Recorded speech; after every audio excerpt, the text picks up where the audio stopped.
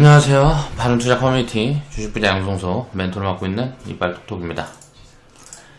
2021년 3월 29일 이제 월요일에 제작을 한 영상이고요. 태웅로직스 129% 이제 수익 인증 해주신 회원분이 계셔서 수혜주 운하 뭐 요게 이제 좀 뉴스화가 많이 됐었죠. 그러니까 이슈라는 거는 전 세계에 수많은 60억 인구가 살고 그리고 수많은 일들이 존재하는데 항상 있는 겁니다. 이런 이슈라는 건. 그래서 이슈를 따라다니면서 이제 매매하는 거는 굉장히 리스키하다. 이제 사서 기다려서 이런 이슈가 붙었을 때 이제 비중을 덜어가는 게 굉장히 합리적인 투자라고 생각을 해요. 이제 회원분들도 생각을 해보세요. 이슈를 따라다니면 다음 이슈를 계속 놓치게 되는 거예요. 내가 단기적인 관점으로 이슈를 따라다니면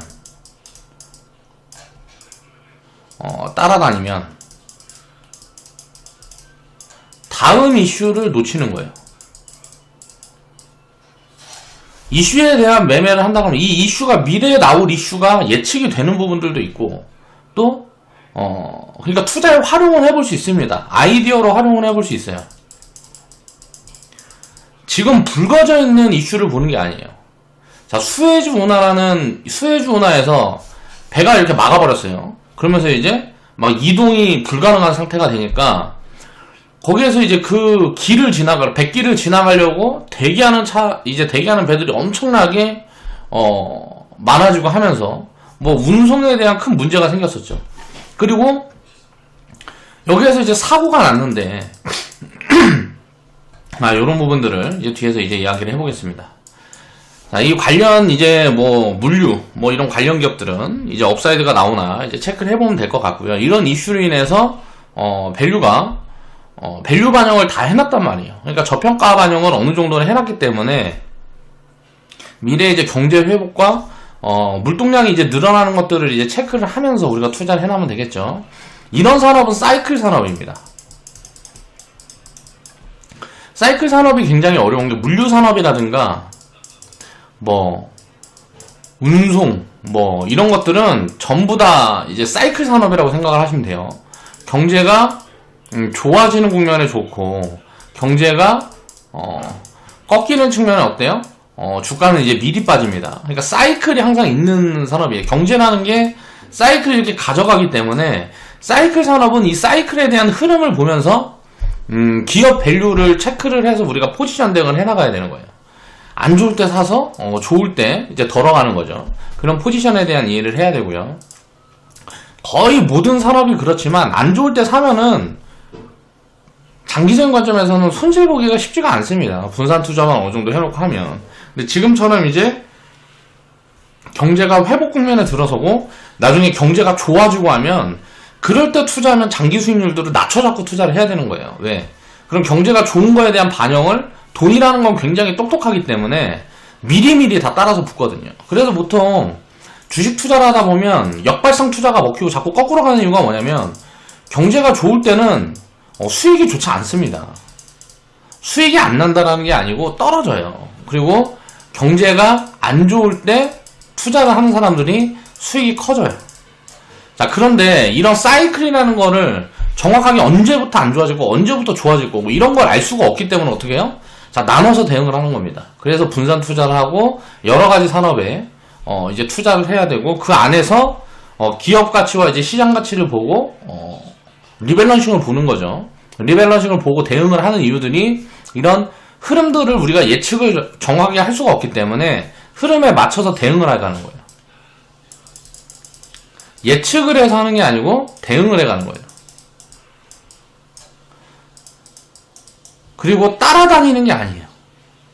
그런 것들이 굉장히 중요한 부분이라는 거예요. 투자를 하면서 항상 핵심적으로 우리가 이해를 하고 있어야 되는 부분이고요. 마이클 로미오님이 수익 인증 해주셨고요. 인증 감사합니다. 수익 축하드려요. 태웅로직스 129% 3월 29일날 분할매도 포지션을 보셨네요. 자, 원칙가요님이 이제 수익 인증을 해주셨습니다. 수익 축하드리고요. 여기에서 이제 원칙가요님이 운영하는 이제 HTS에서는 이 복귀 차트 같은 거를 이제 제공을 하나 봐요. 그래서 여기에서 이제 편입을 하셔서 지금 여기에서 이제 분할 매도 포지션을 보신 거고요. 멘토님 감사합니다. 야호. 다음은 XX를 조금 담았습니다. 자본의 순환이라고 코멘트를 달아주셨고요. 이 XX는 추천 주고 했기 때문에 이제 가려놨어요. 매수가가 3,875원. 요 구간에 이제 편입을 하셨었네요. 수익 인증해주신 회원분들 감사드리고요. 수익 축하드립니다. 진스님, 판타지아님, 먼치가연님, 태평성대님, 피오너님이 이제 인증을 해주셨어요. 자, 이 이슈를 한번 보자는 거예요. 수혜주 운하. 이게 뭔지 몰라서 저도 이제 공부를 했습니다. 그러니까 뭔지는 알았는데 이게 뭐 어떻게 뭐가 막혔고 뭐가 어떻게 됐다는 건지 몰라서 뉴스를 검색을 해봤더니 이렇게 길이 좁아요. 그러니까 백길이 좁은데 이거를 여기에서 통과를 하면은 뭐 1일이면 될게 얘는 하루가 아닙니다. 이건 통계치로 그냥 얘기를 하는 게 아니고 그냥 예를 들어서 1일이면 될게 자 여기에서 이렇게 직선으로 가면 1일이면 되는데 여기까지 이렇게 가면 1일이면 되는 다시 자 수혜주 운하가 이렇게 있으면 이게 수혜주 운하면 자 이 폭이 좁아요. 이 폭이 좁아서 직선으로 가면 이게 뭐 예를 들어서 1일 걸리는데 이렇게 돌아서 가면 뭐 3일이 걸리고 5일이 걸리고 하는 거예요. 그래서 여기를 이제 통과를 하기 위해서 배들이 이렇게 기다려가지고 이제 다 여기를 이용을 한다. 그런데 여기에 배가 사고가 난 거예요. 그래서 사고가 났어. 사고가 나가지고 길을 막아버렸습니다. 큰 배가 길을 막아버렸어요. 이게 대만 배고 이거를 만든 제조사가 자 일본에 있는 조선소가 되는 거예요. 남의 불행이 내 행복이라고 일본에서 는 이제 그런 이야기를 하고 있죠. 야 대만 니네들이 배 사가서 운전 잘못해서 이거 사고 난 거 아니야. 대만에서는 야 이거 배에 문제 있는 거 아니냐. 뭐 이런 이야기들이 지금 있단 말이에요. 만약에 배에 문제가 있다 그러면 일본에 있는 조선사들은 큰 타격을 입겠죠. 신뢰에서 굉장히 타격을 입겠죠. 그렇게 되면 당연히 이제 수주 같은 경우는 이제 뭐 우리나라가 글로벌 1등이고 하다 보니까 이제 그 뭐라 그래야 돼? 일본으로 가려고 그랬던 수주가 우리나라로 넘어온다. 뭐 이런 이야기를 하고 있는 거고. 또 이제 중국 같은 경우도 이제 또 수혜로 볼 수가 있을 것이고. 또 만약에 이게 뭐 예를 들어서 이 배를 운전하는 이 사람의 뭐 책임이다 그러면은 이제 서로 이제 막 법정 공방이 오가겠죠. 법정 공방이 오간 다음에 이거를 이게 뭐 손실이 뭐 10조 규모라 그러니까 잘못하면 자빠지겠죠. 여기에서 뭐 사고에 대한 책임 뭐 어떤 부분들을 뭐 보상을 하고 뭐 이런 부분들이 잡히고 뭐하고 하면 잘못하면 회사가 자빠질 수 있는 그런 일이라고 보면 될 것 같아요. 그래서 이렇게 되면 뭐냐? 야 하루 걸릴 게 3일 걸리면 예를 들어 하루 걸릴 게 3일 걸리면 이거 운송료가 올라가겠네. 운임이라 그러는 게 맞나? 아무튼간 배달료가 올라가겠네. 그럼 운임이 올라가면 해운업종 뭐 이런 것들은 좋은 거 아니야? 이런 스탠스가 잡히는 거예요. 이건 굉장히 단순한 개념으로 들어가는 거죠. 그냥 1차원적인 사고만 하는 거예요. 자, 우리는 이 이상을 생각을 해야 되는 거예요. 만약에 이런 부분들이 커지고 하게 되면 어디가 이제 뭐 수혜를 보고 할까? 장기적인 관점에서는 어떻게 봐야 될까? 라는 부분들에 대한 고민들을 해야 되겠죠. 일단 제조사에서 이게 만약에 문제가 있다 그러면 이거는 일단 장기적으로는 우리나라 조선기업들이 일단 굉장히 좋겠죠. 그럼 조선기업들이 이제 밸류에이션을 해보는 거예요. 자, 이 수주라든가 이런 걸 체크를 하면 밸류 체크하기가 굉장히 쉽지 않습니다. 그러니까 수주라는 건 2년 후에 실적으로 찍히는 거라서 수주가 막 들어왔다 나갔다 막 중간에 막 문제들 생기고 별로면 막 이런 것들이 있으니까 방향성을 보는 건데 그러면 지금 수준에 보면 조선기업들은 비싼지 싼지 잘 모르겠어요. 이거는 밸류에이션을 해보면 비싼지 싼지 잘 모르겠어요. 근데 조선 배를 만드는 데 들어가는 걸 납품하는 업체들이 있단 말이에요. 기자재 업체들은 이게 보니까 여기다 납품도 하고 뭐 풍력이라든가 이런 신규 수요도 좀 생기는 것 같아. 자, 그러면 조선기업들보다는 조선 배를 만드는데 납품은 부품업체들이 더 좋은 거 아니야? 그래서 밸류에이션을 해보면, 밸류 분석을 해보면 기자재 업체들이 훨씬 쌉니다. 그러면 당연히 기자재 업체를 사야죠. 그리고 또 생각을 해보면, 야, 이게 배를 만드는데 우리나라 수주가 늘어나면, 철강 수요 늘겠네? 배 만드는데 보통 납품하는 회사들이 뭐야? 그러면 그 배 만드는데 납품을 하는 회사들과 거기에 이제 또 공급을 하는 이제 뭐 계열사들이 있겠죠. 그런 기업들 중에 밸류 매력이 제일 높은 것들을 찾아가는 거예요. 그리고 지금 보니까 원자재 값들이 오르면서 원자재 가격들이 오르면서 제품 가격을 인상을 해야 되는데 제품 가격을 인상하려고 하는데 조선이 업황이 안 좋아버리면 어떻게 돼요? 업황이 안 좋아버리면 제품 가격을 인상을 할 수가 없어요. 제품 가격을 인상을 못하고 철강 기업들하고 막 싸웁니다. 야, 우리 이렇게 힘드니까 조금만 이게 니네 마진 먹지 말고 해줘. 그럼 철강 기업들은 야, 진짜 이거 이렇게 계속 올라가면 우리 계속 적자 보니까 납품을 할 수가 없어. 뭐 이러면서 이제 서로 계속 조율이 진행이 되는데 조선 업황이 좋으면 제품 가격을 올리는데 부담이 없겠죠. 그러면 조선 기업들과 철강 기업들 상대 비교를 해보는 거예요. 누가 더 싸? 철강 기업들이 더 싸네. 거기다 철강 수요는 조선만이 아니죠. 조선만이 아니란 말이에요. 조선과 비슷한 철강제를 쓰는 데를 찾아보는 거예요. 조선과 비슷한 철강제를 쓰는데 또 여기에서 활용해서 포트폴리오를 넓힐 수 있는 철강 기업들, 그런 기업들을 밸류에이션 해보니까 야, 조선 기업들보다 철강 기업들이 싸다. 이거는 제가 이제 밸류에이션을 해보고 이야기를 하는 거예요. 철강 기업들이 더 싸고 기자재 기업들이 더 싸면 2차원적인 생각을 해야 되는 거예요. 조선 업황이 좋아지면 당연히 부품도 많이 들어갈 거 아니에요. 그리고 거기 원자재로 이제 뭐라 그래야 돼? 원자재라 그래야 돼? 소재라고 그냥 이야기를 할게요. 조선 배를 만드는데 소재로 들어가는 철강 기업들이 더 싸. 기자재 기업들이 더 싸. 2차원적으로 이렇게 생각을 해보면 얘네들이 당연히 투자 매력이 높아지는 거예요. 거기다 포트폴리오도 훨씬 다변화되어 있죠. 조선 기업들은 배만 만드는 회사예요. 근데 철강 기업들은 보통 보면은 조선 기업에만 납품을 하지 않는단 말이에요. 배 만드는 데만 납품을 하지 않는다고. 사업 포트폴리오가 더 다변화로 되어 있다는 거죠. 그러면 안전성도 높고 수익성도 높은데 조선 기업들에 투자할 필요가 없는 거죠. 이런 부분들로 이제 2차원적으로 생각을 가져가야 돼요. 그래야 기대 수익률을 높일 수 있는 겁니다. 철강 기업들이 뭐 이런 이슈들이 나왔을 때 갑자기 막 급등하고 했던 것들이 아마 이런 요인이 좀 있지가 않을까, 그런 생각들을 해요. 그래서 그런 부분들을 우리가 생각을 해보면, 또 철강 기업들은 우리가 장기적으로 생각을 해보면 장기적인 관점은 아니고 중기적으로 생각을 해보면 이제 부양책이라든 이거 너무 힌트를 너무 많이 주는 것 같으니까 이 이상 이제 3차원적인 생각은 스스로 해보시고, 이런 이슈를 딱 보고 요거 하나만 딱 보면서 야, 일본이 배 만드는데 이거 뭐 문제 생기면은 우리나라 배 만드는데 수혜 아니야? 이런 1차원적인 생각으로 접근하면 안 된다라는 거예요. 주식 투자를 할 때는 항상 포괄적인 개념으로 접근을 해야 됩니다. 거기에서 상대적으로 밸류 매력이 높은, 또 우리가 투자 성과를 높일 수 있는 그런 아이디어를 내야 돼요. 그래야 수익률을 끼워줄 수 있는 거잖아요. 시장 평균 수익률을 이기기 위해서 우리가 액티브 투자를 하는 거란 말이에요. 평균 수익률을 이기려고 그러면 남들 하는 대로 해갖고는 평균 수익률을 이길 수가 없어요. 남들 하는 대로 할 바에는 ETF를 사는 겁니다. 어떤 ETF? 패시브 ETF를 사는 거예요. 이게 뭔지 모르면 인터넷에 그냥 쳐보면 나와요. 지수 추종을 하는 거예요. 지수 추종 수익률만 내야 되는 거예요.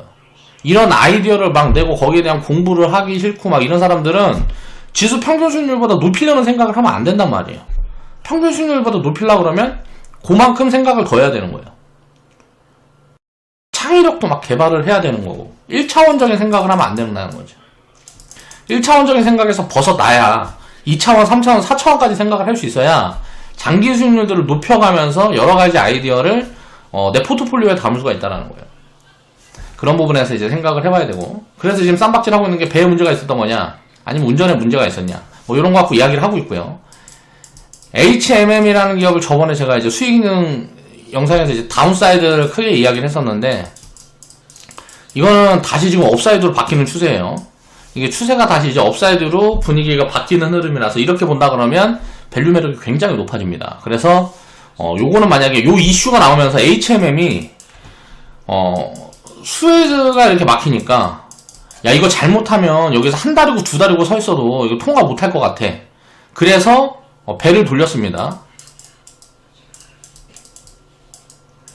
배를 딴 데로 돌렸어요. 이게 무슨 뭐 한 달이 걸리면 세 달 걸릴 대로 이제 배를 돌려갖고 일단 안전성을 추구를 했어요.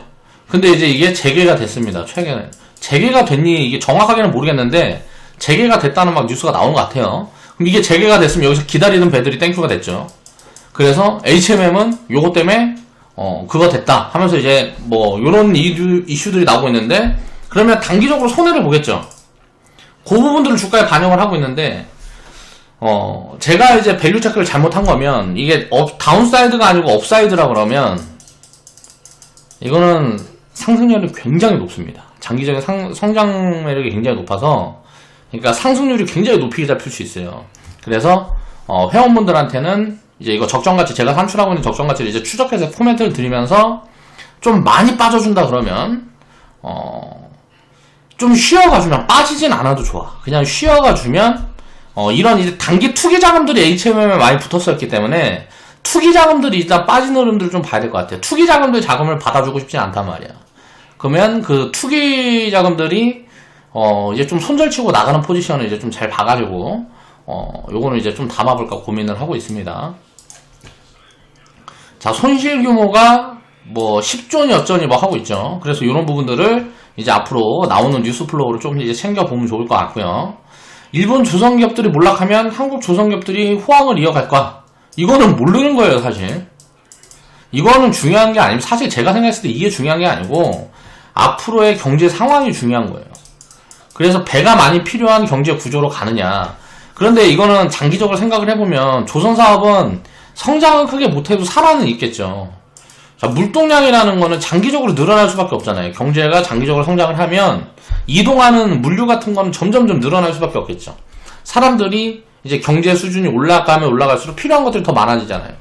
밥도 못 먹고 살면 밥만 먹으면 돼. 밥만 먹었으면 좋겠다 하는 거고, 밥 좀 먹고 살만해지면 나 옷도 입어야 돼. 그럼 옷도 입는 거고, 옷도 입을만 해지면 나 집도 필요해 하면서 집 갖고도 이제 얘기를 하는 거고, 그 다음에 이제 집도 있고 옷도 있고 차도 있고 뭐 다 있어. 그럼 어떻게 될까요?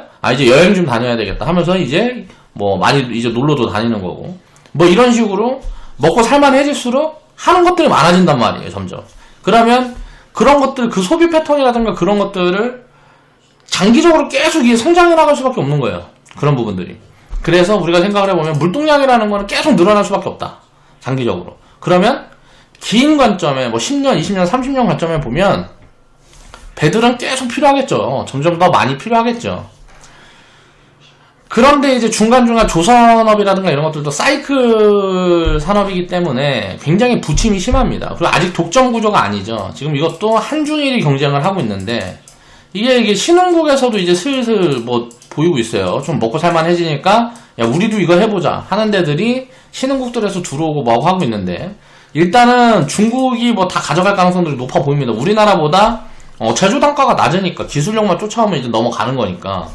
이건 다른 제조업들처럼 다른 나라에 진출을 해서 할 수 있는 것들이 아니잖아요. 기간산업이라서. 그래서 장기적으로 성장률은 높게 보진 않아요. 저는 조선기업들은. 그렇기 때문에 별로 투자하고 싶지가 않습니다. 자, 그런 걸 생각을 해봐야 돼요. 우리나라에서 제조를 해서 이게 경쟁이 사실 기술력이 비슷하다는 가정하에 경쟁을 해보면, 이게 배를 제조를 해서 원가가 낮은 데가 당연히 경쟁력이 있겠잖아요. 그럼 이런 산업은 신흥국으로 넘어가는 게 맞거든요. 제조업도 우리가 이제 기계로 생산할 수 있는 데들은 없대요. 기계로 생산할 수 있는 거는 선진국에서도 넘겨줄 필요가 없죠. 사람이 안 들어가니까 인건비가 안 들어가는 거잖아요. 인건비가 얼마 안 들어가니까, 인건비 비중이 얼마 안 들어가니까 공장이 다 우리나라에 있어도 상관이 없단 말이에요. 뭐 미국에 다 있어도 상관이 없어. 근데 이게 기계화로 대체하기가 어려운. 자, 인건비가 많이 들어가는 업종 같은 경우는 신흥국을 계속 넘어갈 수밖에 없는 거예요. 구조가 그렇게 돼 있다라는 거예요. 그러면 우리가 배 만드는데 이게 기계로 배를 만들 수 있느냐? 그거는 뭐 언젠가는 될지 모르겠지만 1, 20년 안에는 되진 않을 것 같아요. 그러면 자, 인건비 비중이 점점점 높아지고 있는 우리나라에서는 미래가 불투명한 장기 업황이 그렇게 잡힌다. 저는 이제 조선 쪽은 그렇게 보고 있고요. 아무튼간 얘기가 좀 길어졌는데, 그래서 뭐 뉴스 보면 수혜주나 사고는 뭐 일본 선박에 문제가 되고 우리나라는 수주가 크게 늘 것이다. 그래서 조선주 사라. 뭐 이런 것들 막 나오고 있죠. 그래갖고 뭐 태웅로직스라는 기업은 갑자기 이슈가 붙었고 테마 붙어서 상한가 바뀌고 그 다음날 또 급등하고 막 요렇게 이제 투기 자금들이 들어왔다는 소리예요. 이런 게. 야 이거 이래갖고 대박이래 하니까 나도 수익 좀 내보자 하면서 막 들어오는 거예요. 그런 사람들한테 잘 팔고 나오는 겁니다. 항상 이런 투기꾼들은 빨리빨리 망하면 좋아요. 왜냐면 시간이 그만큼 건전해지기 때문에 어차피 뭐 담보된 깡통인데 투기꾼들은 담보된 깡통이에요. 그러니까 빨리빨리 깡통 나고 나가는 게 좋다고요. 그래야 시장이 빨리 건전해지는 거니까. 이제 투기꾼들이 오래 버티면 오래 버틸수록 시장은 피곤해지는 거예요. 항상 투자자들은 그렇게 생각을 하면 되고요. 그러니까 투기꾼들이 계속 돈을 벌 수 있는 구조로 간다 그러면 너도 나도 다 투기를 해야죠. 근데 구조 자체가 그렇게 될 수가 없기 때문에 투기꾼들이 붙으면은 이거는 단기적으로 이건 뭐 단기적으로 뭘 해보자잖아요. 근데 이제 뭐 실력이 이제 여기 내가 투기꾼의 마인드가 아닌데 예를 들어서 난 투기꾼이 못 되는 투기꾼 흉내내는 사람들이 다 망하거든요. 그럼 그런 사람들은 변동성이 커지면서 갑자기 막 손실이 커져버리고 막 이러면은 손을 이제 발발 떨기 시작합니다. 그리고 이제 이거 어떻게 해야지 하다가 강제 장기 보유자가 막 돼버리고 그렇게 돼요. 그래서 장기 보유에 성공하면 모르겠는데 몰빵이다 보니까 안 좋은 얘기 뭐 나오고 뭐하고 하면 이제 다 털리고 한단 말이에요. 그래서 변동성을 견디지 못한다는 소리예요. 그래서 투기 자금들이 붙었을 때는 시간이 조금 흘러간 다음에 보는 게 좋아요. 이런 이슈들이 붙었을 때는 당장 보는 것보다 최소 이제 뭐 3개월에서 한 3년 정도 이제 두고 보다가 진입 포지션을 주는 게 좋습니다. 다만 밸류 매력이 굉장히 있다라 그러면 그건 아니죠. 투기 자금이 붙었든지 말든지 보유를 해나가야 되는 거예요. 단기 변동성 확대될 수 있으니까 분할매도 포지션을 보는 겁니다. 자, 태웅로직스 같은 경우는 그래서 여기 또 보면 뭐 물류 대란이 예상이 되고 뭐 운임이 급등될 수 있다 뭐 이런 얘기들이 나오고 있잖아요. 근데 이제 이게 거꾸로 수혜주나가 재개했으면 어떻게 돼요? 야 이거 물류가 대란이 없어지고 운임이 정상화된다. 그러면서 또 이제 주가가 내려오겠죠. 그러면 그때가 또 좋은 매수 타이밍이 될 수 있다. 기업의 가치만 잡혀 있다 그러면. 그래서 태웅로직스라는 기업의 가치를 한번 보자고 말이에요. 야 이렇게 좋은 기업이 저는 왜 인기가 없는지 이해가 안 되는 거예요. 이게 상장을 했는데 상장했을 때는 당연히 거품이 붙어갖고 시작을 했겠죠. 2019년도에 이제 상장을 했습니다. 그래서 잡혔던 게 공모가가 한 4,500원에 잡혔는데 한 8,000원에 시작을 했어요. 그래갖고 이제 이것도 투기자금들이 이제 작살 좀 놔주고 투기자금들이 벌벌 떠면서 이제 손절치고 나가는 국면, 그런 국면에 이제 우리는 이제 편입을 했었던 거고요. 이제 추천 자리가 한 3,000원에 4,000원 사이 정도 이제 처음 추천한 자리가 그렇게 됐다고 보면 될 것 같고, 지금 이제 현재는 시총이 이제 1,400억 정도 되고요. 현재가가 한 7,200원 정도 되는데, 이 기업의 실적 흐름들을 보면, 자, 2015년부터 2016년도, 2017년도, 2018년도, 2019년도 어때요? 그림이 딱 보면 우상향 하고 있잖아요. 그림이 딱 보면 우상향 하고 있단 말이에요. 그럼 이게 지금 이 기업이 버블이냐 어쩌냐를 봐야죠. 그거를 보는 거예요. 근데 버블이 아니야. 보면은 이익이 잠깐 여기서 다운이 되는 구간들이 나왔어. 2017년도까지. 자, 이게 뭐였을까? 라는 부분들을 보면, 뭐 투자였든 뭐였든 하겠죠. 아니면 안 좋았던가, 마진폭이 좀 안 좋았던가. 그리고 좀 보면 부채가 보면 2017년도까지는 이렇게 부채가 어때요? 부채 규모가 늘어나죠. 자, 그러면 부채 규모가 보통 이익이 나는 기업이 부채가 이렇게 늘어나면은 뻔합니다. 거의 99% 투자예요. 그리고 나서 어떻게 돼요? 부채 규모가 이제 줄어들기 시작하던가 아니면 자본 규모가 늘어나면서 부채 비율이 낮아집니다. 요런 흐름들을 대충 이해를 하고 있습니다. 이걸 이제 뜯어서 기업 세부 내용을 보면 거의 이런 숫자 흐름만 봐도 보인단 말이에요. 이게 이익을 내고 있는데, 자, 이익을 내고 있는데 부채가 들어. 그러면 이거는 투자일 가능성이 굉장히 높다. 거의 99다.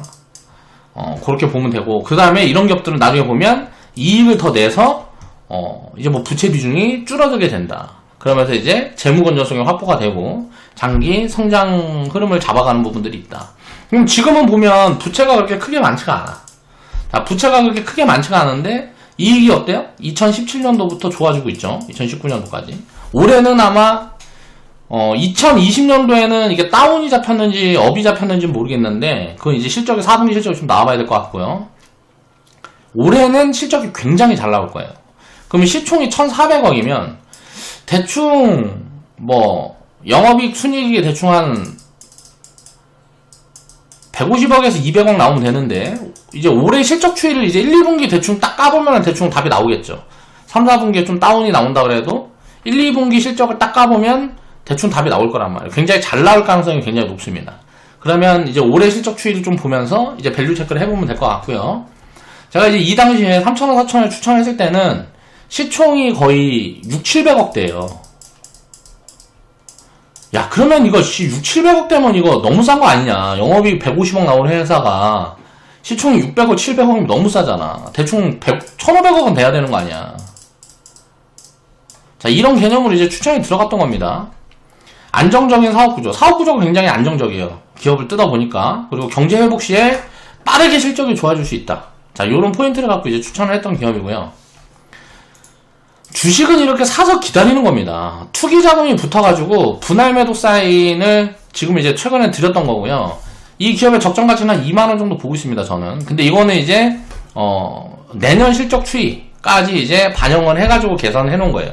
내년 추정치까지 반영을 해서 계산을 해놓은 건데, 내년 흐름은 이제 뭐 달라질 수도 있는 거죠. 다만 이제 올해는 굉장히 잘 나올 가능성들이 높기 때문에, 올해 만약에 이익이 너무 잘 나와버리면 내년에 다운사이드도 나올 가능성들이 높기 때문에 내년에는 다운사이드 나올 가능성이 높거든요. 올해보다. 그래서 올해 추정치를 갖고 밸류에이션을 하면 안 되고 최소한 이제 내년, 내후년 거를 보고 밸류에이션을 해야 되는데 이건 사이클 산업이라서 업황을 봐야 된다는 거죠. 업황이 계속 좋을 수 있느냐라는 부분들을 이제 체크를 하면서 봐야 되는 거예요. 그래서 사이클 산업이 굉장히 투자하기가 굉장히 피곤합니다. 이익이 들쑥날쑥하니까. 다만 이 태웅로직스는 그 사이클에서도 조금 더 자유로운 포트폴리오를 갖고 있어요. 그래서 그런 흐름들을 체크를 하면서 우리가 봐야 되고요.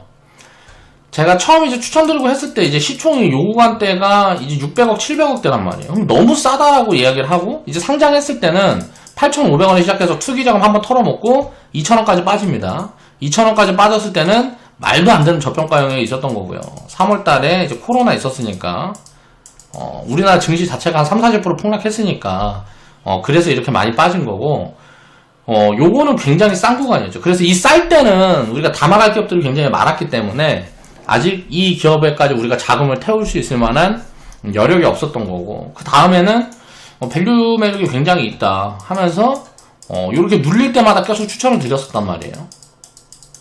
자, 그러면 이제 처음에 이제 편입했던 분들은 지금 이제 분할 매도 포지션에 나왔을 거고 이 이후에 편입했던 분들은 어때요?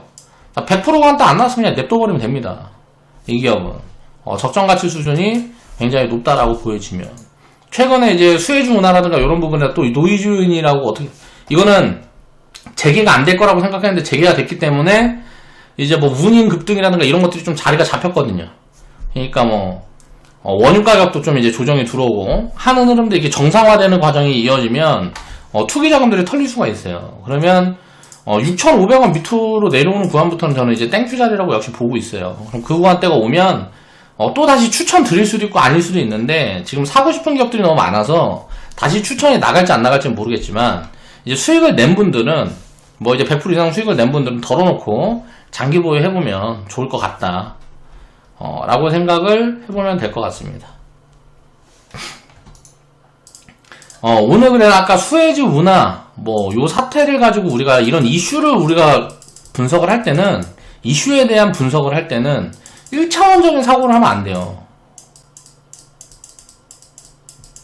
1차원적인 사고는 이건 단기적인 관점이에요. 그러니까 뭔 말이냐면 이렇게 됨으로 인해서 이미 주가는 다 움직여 버린단 말이에요. 그러면 이 안에서 밸류 체크를 해서 대입을 해서 상대적 비교를 하면서 2차원, 3차원적인 생각을 해야 된단 말이에요. 그 이상을 생각을 해야 되는 거예요. 투자자라면. 그 딱 단면만 보면 안 되는 거예요. 옆면도 보고 뒷면도 보고 아래도 보고 위도 보고 하면서 더 좋은 기회를 계속 찾아나가려는 관점을 가지고 있어야 된다는 거죠. 그런 게 투자 성과를 높일 수 있는 부분들이고 뭐 그림 맞추기를 한다라든가 이슈를 따라다닌다든가 하는 사람들은 부러워할 필요 없습니다. 당장 수익이 어떻게 운이 좋아서 많이 나오고 뭐 필요 없어요. 어차피 담보대 깡통이에요. 왜? 자, 500% 수익 났다가 자 90% 손실 보면 500% 수익 났다 90% 손실 보면 손해예요. 손실입니다. 우리가 하는 분산 투자는 어때요? 500% 수익 났다가 90% 손실 보면 410%는 남아있어요. 그쵸? 500% 수익 났다가 90% 손실 보면 410%는 남아있다고. 우리가 하는 투자는. 근데 이제 뭐 몰빵으로 투기하는 투기꾼들은 어때요? 뭐 수익 예를 들어서 50% 이렇게 냈다가 한 40% 그러니까 수익을 예를 들어 한 5년 열심히 어떻게 갖고 운이 좋아갖고 장이 좋고 운이 좋아가지고 뭐 한 1000% 냈어. 1000% 수익 냈다가 99% 손실 나가지고 깡통 난다고요. 매매하다가. 그러니까 이런 거는 역사적으로 수많은 미리 이제 행동가들이 검증을 해준 데이터이기 때문에 의심을 할 필요가 없습니다. 그런 사람들 부러워하지 말란 말이에요. 그냥 이슈가 붙으면 우리 포지션을 지켜서 투자를 해야 돼요. 항상 빨리 벌려고 그러면 안 됩니다.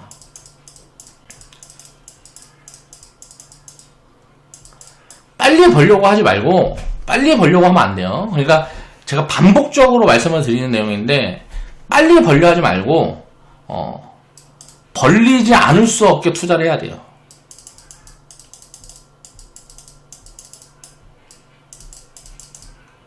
그러니까 지지 않을 수 있게 투자를 해야 되는 거예요. 그러니까 안 벌릴래 안 벌릴 수가 없어. 장기적으로 투자를 해서 이렇게 투자를 하면 장기적으로 수익이 안 날라야 안 날 수가 없어. 이렇게 투자를 해야 되는 거야. 그렇게 할 수 있는 방법이 존재합니다. 분산해서 백화점식으로 일정 나눠갖고 그냥 딱 하면 돼요. 장기 보유하면 수익이 안 날라야 안 날 수가 없어요. 분산 투자를 하면 수익이 나지 않을라야 안 날 수가 없다라는 거예요. 근데 이제 빨리 수익을 내려고 그러면 어떻게 돼요? 점점 몰빵으로 갈 수밖에 없어요. 수익이 빨리 날라 그러면 지금 가장 빨리 올라가는 걸 내가 그냥 다 때려박아야 되는 거야. 그래야 수익을 가장 빨리 낼 수 있잖아요. 가장 빨리 올라가는 걸 찾아서 내 전 재산을 때려박아야 돼요. 그래야 수익이 가장 많이 날 수 있죠. 거기다가 더 수익을 키울 수 있는 방법은 부채를 딱 때려박아야 되는 거야. 내 돈 아닌 남의 돈까지 다 끌어박아갖고 수익은 내가 다 가져야 돼. 그래야 가장 빨리 돈을 벌 수 있는 거예요. 완전 양아치 심보죠. 양아치 심보로 투자를 해가면 양아치 심보로 투기적으로 접근을 하면 하늘에서 벌을 줍니다.